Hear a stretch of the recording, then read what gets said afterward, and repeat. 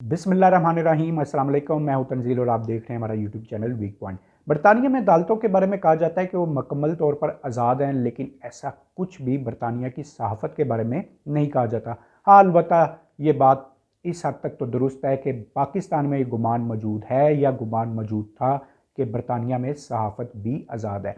लेकिन कम अज़ कम मेरा ये गुमान कल जो डेली मेल ने अपॉलोजी की है शहबाज शरीफ साहब से, उसके बाद ख़त्म हो गया है। ये गुमान इसलिए ख़त्म नहीं हुआ कि किसी मुस्लिम लीग नून के रहनुमा पर करप्शन के इल्ज़ामात साबित नहीं हुए, बल्कि ये गुमान इसलिए ख़त्म हुआ है कि केस अब जिस मोड़ में दाखिल हो चुका था या जिस स्टेज पर इस वक्त मौजूद था, इस वक्त डेली मेल की जानिब से अपॉलोजी नहीं बनती थी। अगर कोई अपॉलोजी आती तो वो शहबाज शरीफ साहब की जानिब से आती या वो फिर केस वापस ले लेते। मैं ऐसा क्यों कह रहा हूँ, इस पर आज इस वीलॉग में बात करूँगा, लेकिन पहले मैं आपको थोड़ा सा इस केस के हवाले से ब्रीफली बता दूँ। आर्टिकल छपा था 14 जुलाई 2019 को डेली मेल में, और ये आर्टिकल लिखने वाले थे डेविड रोज़ नामी एक उनके जर्नलिस्ट। इस जर्नलिस्ट ने दावा किया और इल्ज़ामात लगाए कि शहबाज शरीफ साहब ने जो उनको रकम मिली थी ज़लज़ला मुतासरीन की इमदाद के लिए, और ये ज़लज़ला मुतासरीन 2005 के ज़लज़ला मुतासरीन थे पाकिस्तान के, उनकी बहाली की इमदाद के लिए जो रकम मिली थी उसमें उन्होंने और उनकी फैमिली ने खुर्द-बुर्द की है और रकम को बरतानिया में मनी लॉन्ड्रिंग के ज़रिए मुंतकिल किया है। संगीन किस्म का इल्ज़ाम था। साथ में उसमें ये भी इजाफा किया गया, डेविड रोज़ ने कहा कि ये बरतानवी अवाम के टैक्स पेयर से इमदाद दी गई थी। तो ये एक मज़ीद संगीन जुर्म है कि बरतानवी अवाम का जो पैसा है इसको इस तरह करप्शन की नज़र किया जाए। शहबाज शरीफ साहब इस जो आर्टिकल के ख़िलाफ़ या इस अखबार के ख़िलाफ़ बरतानवी अदालत से रजू कर लेते हैं और अखबार के ख़िलाफ़ ख़त्क़े इज़्ज़त का दावा दायर कर देते हैं। अब ये केस चल रहा होता है और बरतानवी अखबार 1 मार्च 2022 को आखिरकार अपना तफसीली जवाब जमा करा देता है। और पिछले महीने तक इस अखबार का दावा था कि उसने जो जवाब जमा कराया है उसमें उसने कंक्रीट एविडेंस साथ अटैच किए हैं।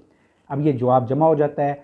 अब शहबाज शरीफ साहब की जानिब से काफ़ी अरसे बाद एक जवाब जमा कराया जाता है जिसको बरतानवी अदालत मुस्तरद कर देती है, और पिछले माह शहबाज शरीफ साहब पर जुर्माना भी आयद किया जाता है।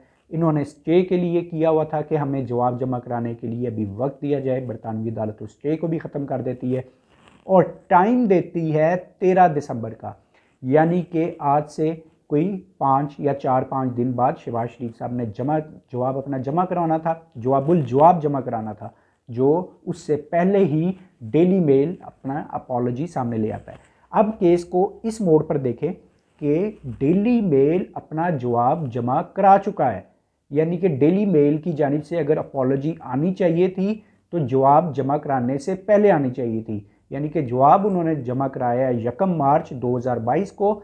अब जवाब जमा कराना है शहबाज शरीफ साहब ने, यानी कि अगर शहबाज शरीफ साहब के पास जवाब नहीं है इसका तो वो केस वापस लेंगे और जितना ख़र्चा इस केस पर आया है वो बरतानवी अखबार डेली मेल को अदा करेंगे। या फिर दूसरी सूरत है कि वो जवाब जमा कराएंगे और जवाब जमा होने के बाद अगर उनके जो एविडेंस हैं वो कंक्रीट एविडेंस होंगे तो उस पर अदालत डेली मेल को जुर्माना आयद कर देगी।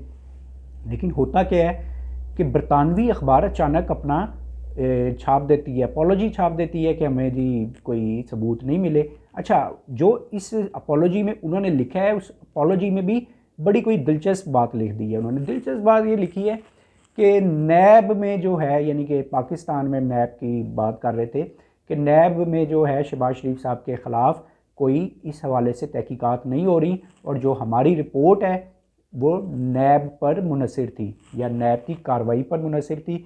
तो हमें पता चला है कि नैब में शहबाज शरीफ के हवाले से शहबाज शरीफ साहब ने जो ये करप्शन मुबैना करप्शन की है इस हवाले से नैब में कोई तहकीकात नहीं हो रही।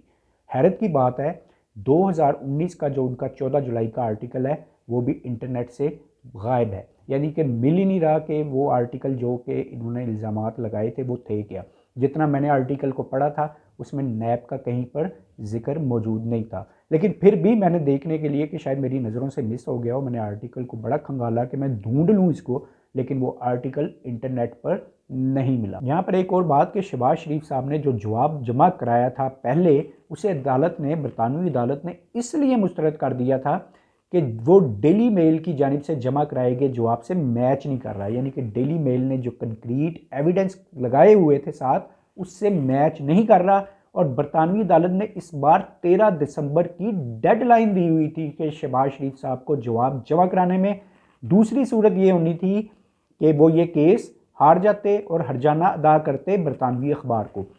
अब यानी कि बरतानवी अखबार ने इस चीज़ का इंतज़ार भी नहीं किया कि वो जवाब क्या जमा कराते हैं शहबाज शरीफ साहब 13 दिसंबर को, वरना यानी कि 5 दिन बाद तो वो अगर जवाब शहबाज शरीफ साहब जमा नहीं करा सकते थे तो वो केस जीत रहे थे, डेली मेल वाले केस जीत रहे थे। लेकिन हैरान कुन तौर पर उनकी अपॉलॉजी सामने आ जाती है और आर्टिकल भी जो मेन आर्टिकल था 2019 का, 14 जुलाई 2019 का, वो भी इंटरनेट से गायब कर दिया जाता है। यानी कि अब आप उस एविडेंस को ढूंढने की भी कोशिश करें, यानी कि उस आर्टिकल को भी ढूंढने की बात करें कि उसमें नैब का जिक्र था या नहीं था, तो वो गायब हो जाता है। अपॉलॉजी में मैंने आपको बताया कि क्या लिखा, लेकिन ये अपॉलॉजी बहुत सारे लोगों को हजम ही नहीं हो पा रही कि ये किस किस्म की अपॉलॉजी की गई है। 11 नवंबर 2022 तक जो डेविड रोज है, यानी कि डेविड रोज जिसने इस आर्टिकल को लिखा है, जो इस आर्टिकल का ऑथर है, वो 11 नवंबर 2022 तक अपने मौक़िफ़ पर कायम है।